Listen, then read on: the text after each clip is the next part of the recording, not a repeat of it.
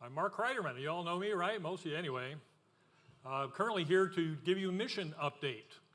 I'm missionary to Michigan Christian Youth Camp here in lovely Michigan, about an hour north of us. And let me give you a little history of that. I've been on the board for about 11 years, I think. I've been the board president for about 10 years. And it's quite an adventure, and I'll tell you a little bit about that. I'm going to teach you or show you what goes on at the camp. Some of you have been there, you know it. Some of you grew up there, and you have some history of your own. But many people don't even know what's about going on at the camp, and I want to share some of that with you. Where do I go with the pointer? Okay. The vision of the camp, it's just a vision statement that we put out there. Our goal is to use the camp to glorify God by positively impacting the lives of youth, adults, and families. And we're focusing on all three. Started out as a youth camp only, but we certainly have broadened that to whoever we can preach and teach the word to. We do that by engaging the whole being through physical, mental, social, and spiritual activities, leading to a closer relationship with God using His creation. And I'll give you a little picture of what that creation is as we go along. What goes on at MCYC, we have a summer camp and a winter camp. It started out just as a summer camp years ago, and we have added some things that are different. A 5-day camp is what we have now, Sunday through Friday for overnight campers. And we have day camps as well. The day camps are kids that are brought in, and some of them for babysitting, but we're teaching and preaching the gospel to those coming in. And we have winter camp that is weekend long, obviously during the winter and snow time. When we have snow, it's wonderful to be up there. And there's also opportunities for family camp, which are usually on the holiday weekends, women's retreats, man camp, leadership conferences, all kinds of opportunities. People have used it for family reunions. People have been married. Actually, there's a marriage last week up there at the camp. Some of it in the pavilion. Some of it would be at the Chapel of the Pines. We also had church picnic here ourselves a few years ago from Royal Oak. And we have a house up there that we let preachers use. You want to get rid of your preacher and give him an opportunity to get away with him and his wife, then we provide that opportunity as well. A little history, a very short history. It's all on there. I'm not going to read it all to you. It was established in 1954. The building was, their property was bought in 56, and then in 57 they began building on that property. And the French family was doing, I think they had, I don't know, a dozen kids, and they literally started building buildings off the trees on the grounds there. And they built the first one in 57, 13 kids I guess it was, right? 1958 was the first summer camp in Attica at that location that we're going to talk about today. And there's the directors. Some of you people may know these people. The Brackney family is up there for 32 years, and many of you know him. He passed away a couple years ago, but his family's still active in the camp. Our current director is Kevin O'Sullivan, who's been serving there as a camp director just about as long as I've been serving as the president of the board. This is the property, and it's a huge piece of property. Some people don't understand the magnitude of it. It's 154 acres, and you can see the lake on the left. That's Lake Pleasant, and this is looking south because that's the only way that eagle that was flying over there could take that picture for me. You can see the campus has got, there's no trees in the campus area about 2/3 of the way up the page there. It's got Bowers Road on the bottom part of that, and then Emily City Road near the top of that picture. The campus has, again, 154 acres. There's 21 structures. So this is a pretty big campus, 6 dormitories, 306 beds, staff houses, horse barn, hay barn, a lodge, which is the activity center, nurses station, pavilion. You can see that in sheds and workshops and other facilities. The oldest building is 1861. This is the picture of that 1861 building. And then the latest one was built in 2019, a replacement for the pavilion where we had our picnic in 2019. I'm going to walk you briefly around the campus just so you kind of get an idea. This is the center of the campus activity. Again, 154 acres. We use all of it, a lot of it for the horses. We have a staff house there on the property. We have a tennis court that's been there, donated years ago. We have the lodge I'll talk about in a minute. And in between the lodge and the next building, the pavilion, if you look down that little road there on your right, you will see that takes you to the lake. So we have a good piece of lake frontage that makes this camp unique and exciting and fun, and the kids love the lakefront, well, not as much as anything else, but they love going there. We have Dorm 1 built in the 50s. You have Dorm 2 built in the 50s, Dorm 3 built in the 50s. And we'll talk a little bit about some of them. The nurses station was built in the 60s, so it's an old campus. Dorm 4, again, in the 50s, and Dorm 5 2006. They were built in 2006 and 2008, I believe. So it's a very active campus. There's a lot of buildings, a lot to maintain, a lot of maintenance, a lot of expense that goes with that property. And again, the goal is, of course, to teach and preach Jesus Christ in any way we can. Talk about I missed, yep, I did. The lodge is the center of activity in the daytime. It has a kitchen, a dining room, and is also the area where we recreate the people that are there during inclement weather.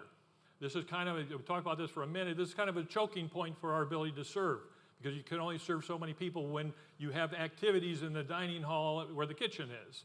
So if it's raining, sometimes it's a little tough to be up at the camp. If it's not snowing and it's bad weather up north, it's a difficult time to entertain kids in any way that it gets a little close quartered in there. And we'll talk about that a little bit. Dorm 2 I'm going to talk about. Royal Oak has been very active in the resurrection of Dorm 2, again built in the 50s. It had a lot of wear and tear. Actually, it started out as the kitchen years ago. Debbie's mom served there as helping cook during camp times years ago. Not too long ago, I'm sure. About 2013, the board members that are here at the Royal Oak that serve on the board there approached the elders at the time and asked if we could adopt one of the buildings. And I love the story because when I presented it to the elders, they said, "Which one's in the worst shape?" I said, "Dorm number 2, they want a tree to fall on it. They're praying for a tree to demolish it." And the elders' response thrilled me. They said, "We'll take that one." So they took the most challenging dorm, and they took a bunch of active people who wanted to do something for the Lord, and we went to work. Every year we did one particular thing. First we did the roof, the soffits, and the fascia because water was coming in, the animals were crawling in the soffits, and they were having a big time. The nests were in the eaves, and it was an interesting place to be, especially at night when they're walking around, and you're wondering what the critter's going to come through the building. 2015, we got and remodeled 2 bathrooms. The first time I ever learned how to tile. What a magnitude. The job was a huge job, but it was a lot of fun, a lot of hours. 16 was pretty easy. We did it in a day. We put new windows in. 17 installed tile in the sleeping areas. 2018 was another big internal job. The walls were taken down. The interior walls were all taken down to the studs, and it was all rebuilt with insulation and wiring and drywall and all that kind of stuff, and that was a great adventure as well. And that almost completed the project, but we've been maintaining it also over the years since that time. The Dorm 2 well pit was taken care of in 2020, and this year, next week, we're going to take up a collection here at the church to do anticipated work and replacing the bunk beds, which were already purchased, and the furnace and air needs to be replaced, and I understand it's going to be about $7,000 to do that. And we don't have air in there yet, but it certainly would be helpful if we did. And then the roof has leaked. I don't understand that. We put it in 2014. It should be good for 20 years, right? Well, things happen. So the money's collected next week will go to that anticipated work, and anything residual will go to what we call the capital campaign. We'll talk about that. We started the capital campaign before COVID. Really bad outcome in that respect because in COVID times we shut down. We had shut down by the state of Michigan. We had a very difficult time staying afloat financially, and here we were in the middle of a capital campaign to try to raise money to build a multi-purpose building. I mentioned the lodge as a choke point where we don't have a place for activity when there's rain and snow except in that small space.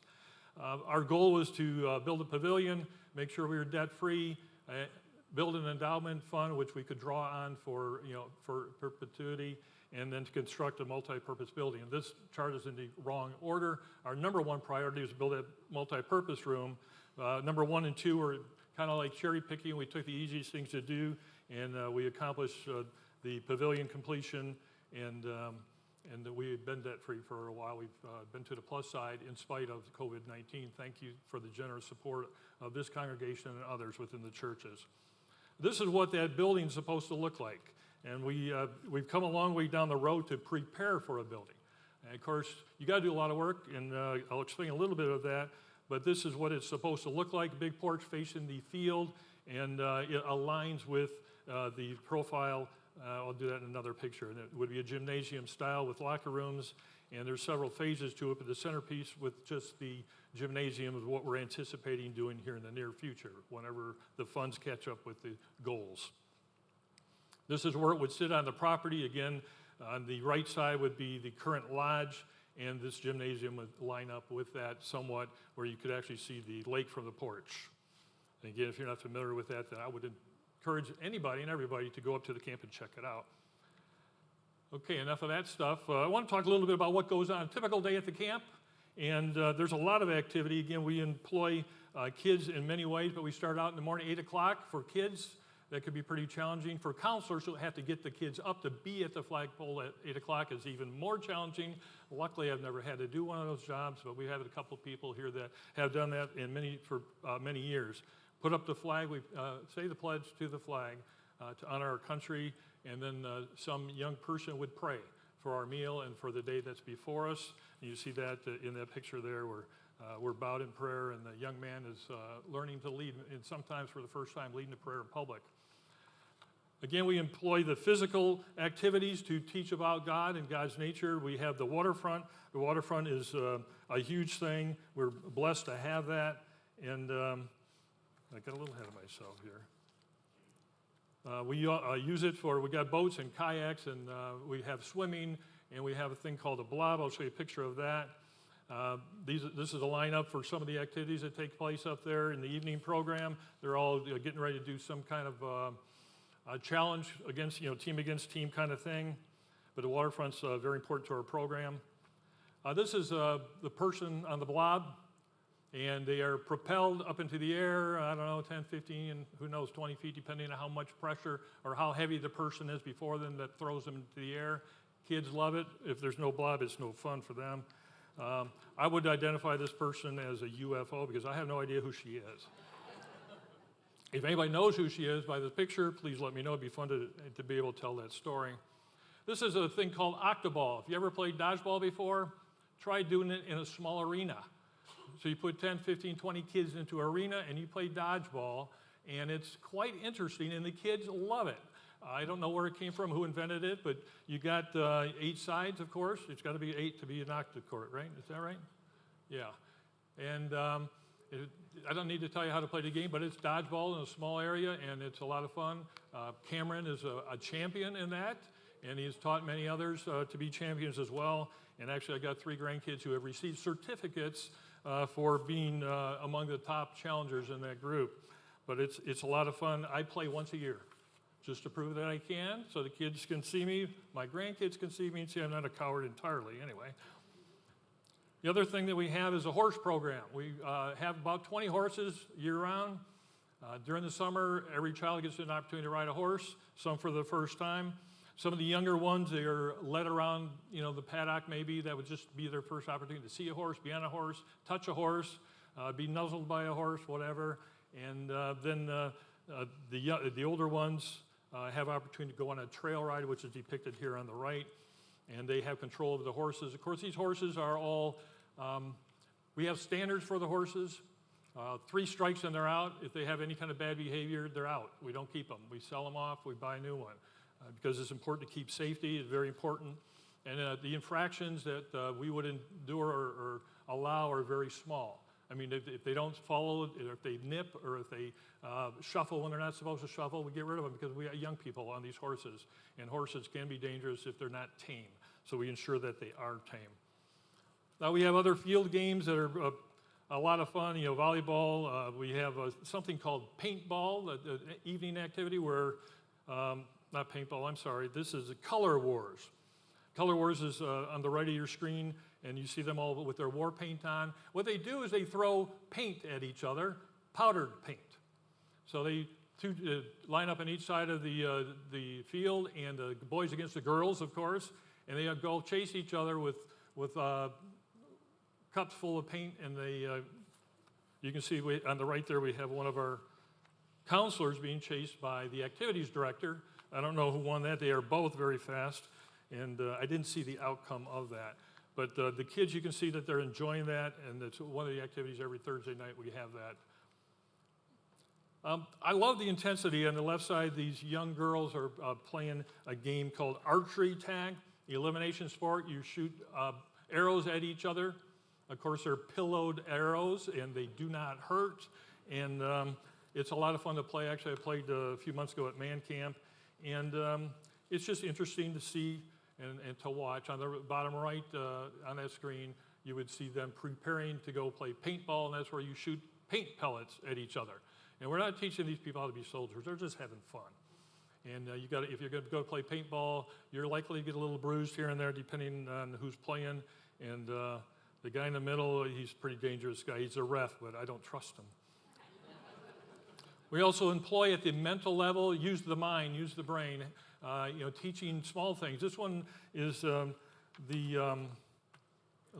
of the low elements course, and there's a number of activities there that are teaching kids about teamwork, teaching them about trusting each other, and also working together as a team, figuring out things, something that is not taught on the playground necessarily, but we learn it through life, and we're trying to speed that along for them.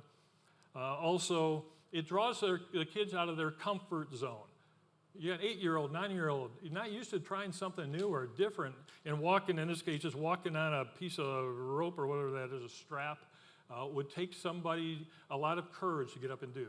So we're challenging them in small ways with little risk or no risk, and again, it helps them grow mentally to know what they can do and what they can't do. This is arts and crafts, and I find it interesting, boys and girls equally love doing crafts. Get in there and make something, and it's a great opportunity, again, to use their skills mentally, and they learn and grow. They get to choose their craft, do what they want. Sometimes they do the same craft every day because they like it so much.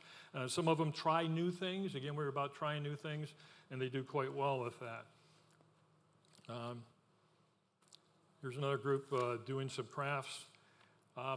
These kids will make a craft. Sometimes they make it for mom, sometimes for dad, sometimes they make it for another camper. It just gives them an opportunity to share. Sometimes they give it to their counselor. They'll give a craft to their counselor, and you'll see some of the counselors have a backpack with a string of things on there that kids have given them. And it's a sign of honor and respect that these children have toward their counselors, because their counselors are their teachers and their mentors. We'll talk about them a little bit more in a moment. We also work at the social level. Some of these are old pictures. Most of these kids are adults now, but a few years ago, just some good pictures of them just hanging out with your counselor, just communing in a way, a Christian counselor that's there to mentor them, and they show their appreciation just even by leaning on them or being with them and hanging out with them. Life experiences, lifelong friendships, lifelong memories, and that's what we're trying to create in God's creation. And a lot of fun. Here are just some girls just hanging out. They're laying on the grass, just enjoying each other's company. Again, we encourage that, friendship, the relationships. The guys on the left side, looks like they're having fun. I think they're ready to play paintball, and they have a strategy to go get the girls, right? And, of course, you chase the girls you like the best when you're 8 years old, don't you? In the food line, you see some girls acting a little goofy, not uncommon. I didn't put any pictures of the Wednesday spaghetti eating with no silverware because I couldn't find any volunteer pictures. People might want to do that, but and on the right is some victims of paintball, or not paintball, but the other one, right? The Thursday evening event. Hay rides are always important. Every year we've got to have a hay ride. And there you see Eric showing us what the rules are, no hands outside, and don't raise your hands when you're going under the trees and those kinds of things. But kids always enjoy doing that. This is one of the favorite parts of my story. The first year I was at the camp for summer camp, I was not a teen. I was a board member, and I volunteered to take the week as a weekly manager. We have 6 weekly managers over the season, and I went up there expecting kids to be encouraged and to grow, but this was bigger. For me, it was bigger than that. These kids are not kids. These are not campers anymore. These campers became leaders.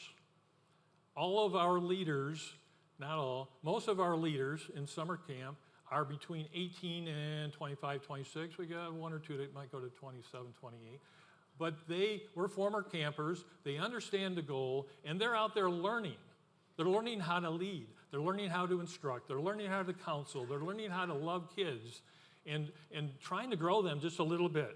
and they take it seriously. They have fun as well. But to me, these young leaders are probably learning as much or more than the kids coming to camp.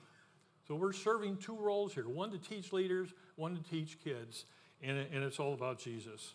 So I really appreciate that a lot. And again, having fun doing it.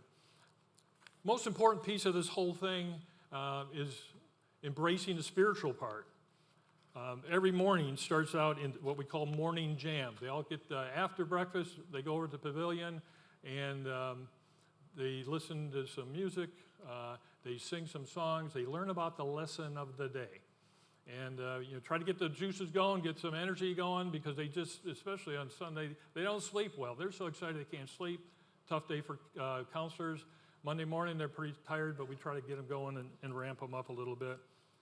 The spiritual part, following the morning jam and the introduction of the lesson, goes right into Bible classes. Here you see Peter and Nathan teaching a class of the boys' class. Here we have some women that are doing some teaching here, and the ladies, the girls. When we have opportunity, we split them into two groups, younger girls and the older girls. Sometimes we just jam them all together and work with what we've got. Fortunate to have some husband and wife teams come up and teach, and always a blessing to have members of the congregation participate and serve. And here are some of our great teachers here as well. You might recognize one or two of them. I don't know. In the evening, again, we have activities all day long. We get them tired. We get them working all day long, and by the end of Monday, they're exhausted. But the last thing we do in the evening is the second from last thing, we have chapel time at 7 o'clock, and we go to the chapel, a short lesson that pulls the lesson together for the whole day. So we have the morning jam talks about the lesson, then we have the Bible classes. In the dorms, there's also conversation about the Bible lesson. Then at lunchtime, there's opportunity for them to talk more about that lesson with other people. And then in the evening, the lesson is kind of pulled together as best you can with all the information provided to drive home the points that we're trying to teach about Jesus. And they are learning, and they participate, and they have a lot of fun. After chapel, there's the evening program. Again, I explained what one of them was, but there's a lot of things that go on, and I don't have a list. There's so many things that are possible. In the evening, we close out at campfire. And campfire involves singing some camp songs, and then some spiritual songs, and we end the day of activity with praying over our kids. And they get it. They understand. And to be prayed over, you all know what it's like to be prayed over, right? You all know when somebody prays for you. You know how that encourages you for someone to say, I'm praying for you, and knowing that they're doing it. Some of these kids have never been prayed over, ever. But we do that here. Commitments are sometimes made. Thursday nights are usually reserved for those people who through the week have decided that they want to commit their life to Christ. And we have the convenience of that lake to do that. Our procedure requires us to call the parents, let them know what their child is thinking, and ask them to participate by coming up on Thursday, to be there, to be part of that, to watch and to encourage their children as they commit their lives to Christ. Hundreds of commitments have been made here over the years, but the camp is almost 7 years old. And we have had thousands, tens of thousands of people through this camp since 1954.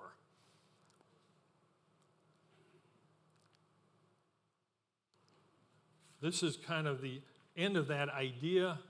This is somebody's grandson saying, Grandma, stop. Let's get a picture, right? And what does Grandma do? She pulls over, right? You've got to, right? So, goofy kid. Let's look at Luke 24.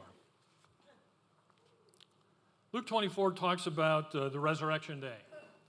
This is the day that Jesus rose from the grave, but not everybody got the news in time. And when they got the news, they didn't all believe it. So there's a lot of confusion going on. Chapter 24 of Luke, first day of the week, verse 1, very early in the morning, the women took spices, they prepared, went to the tomb. Jesus was not there. We know Jesus wasn't there. They didn't know. They went back, told the apostles and the others that were there, and they didn't believe him.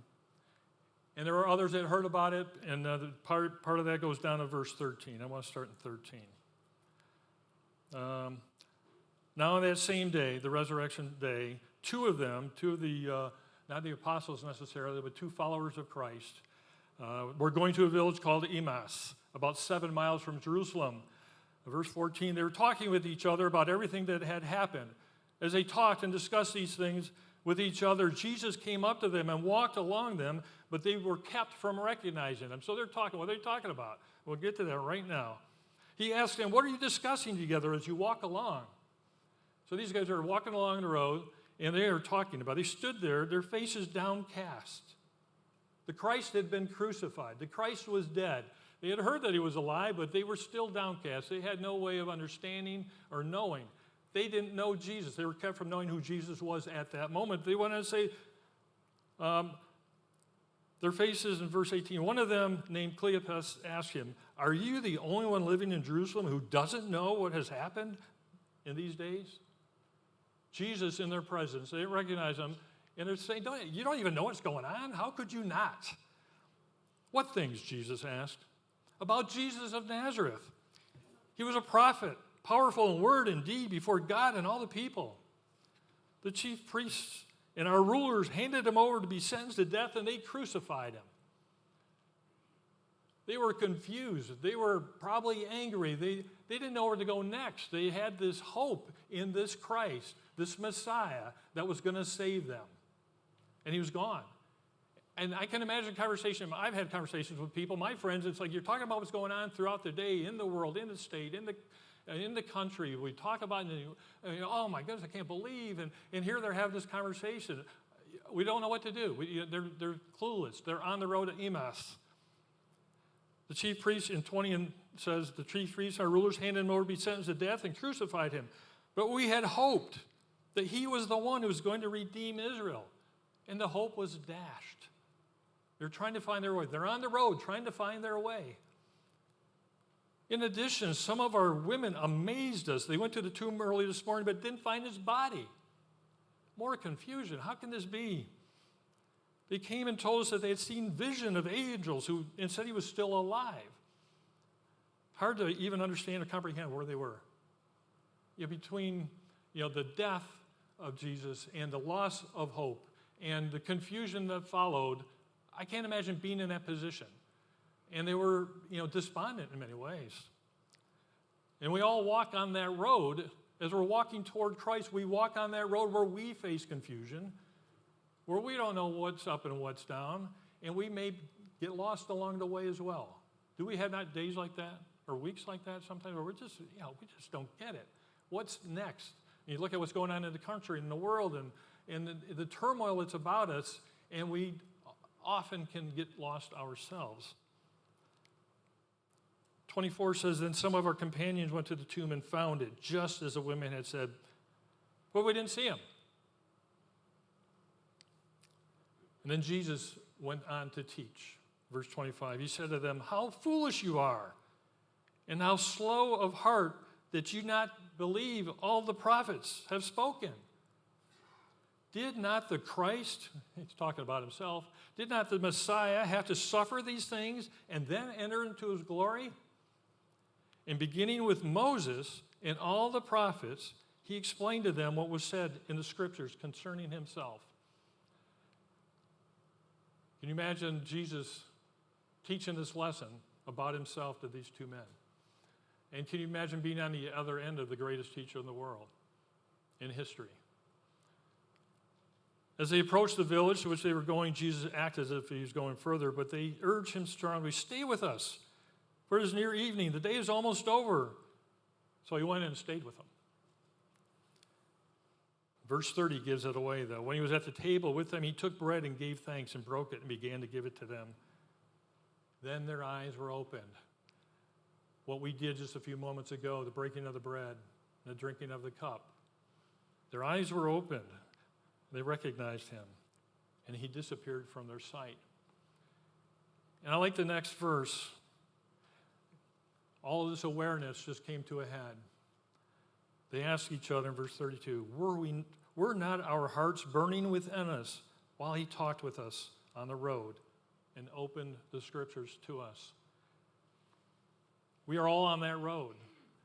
On the road to Emmaus? No, we're on the road to follow Christ, to find Christ, to understand Christ, to know more about Christ, to be part of Christ. Some of us have gone through that road here that led you to this building. Some people have gone through those trails at Michigan Christian Youth Camp and learned about Jesus in a different way. Our life, our entire life is a road to find out about Christ. There are many, many, many people who don't have a clue. Our kids at the camp, about 60% of them are unchurched. They learn more in a week at Michigan Christian Youth Camp than they have heard their entire lives. In the simple teaching and the short amount of hours that we have with them, some of them don't know how to open a Bible. They don't understand books and chapters or even the basic things, as some of our teachers have found out. And it's appalling almost to think that they have no knowledge of the Christ, except people like you and I. You know, we have to be those examples. We have to be those teachers. We have to be those ambassadors for Christ. We have to lift up the cross and draw all men unto him. This mission at Michigan Christian Youth Camp attempts to do that. Teaching begins in the home. Teaching is further brought into the churches or from the churches, where we have to bring our kids to teach our young. Some of it happens, a small piece of that happens at the camp, where maybe we can pull some of those ideas together where they can understand that there is a Lord and there is a Christ, that the Son of God was crucified for their sin. So we have an opportunity to support so many missions, so many opportunities to teach about Jesus, and we need to avail ourselves to as many as we possibly can. And I've been very, very fortunate to be part of this mission. And very fortunate to be part of this congregation that supports missions around the world with our dollars and our support and our prayers. If you have a need, if you need to know who Jesus is, if you'd like to submit your life to Christ, we can do that right now, today, at this very moment. If you have a need of any kind and you want to make it known, please come forward now as we stand to sing.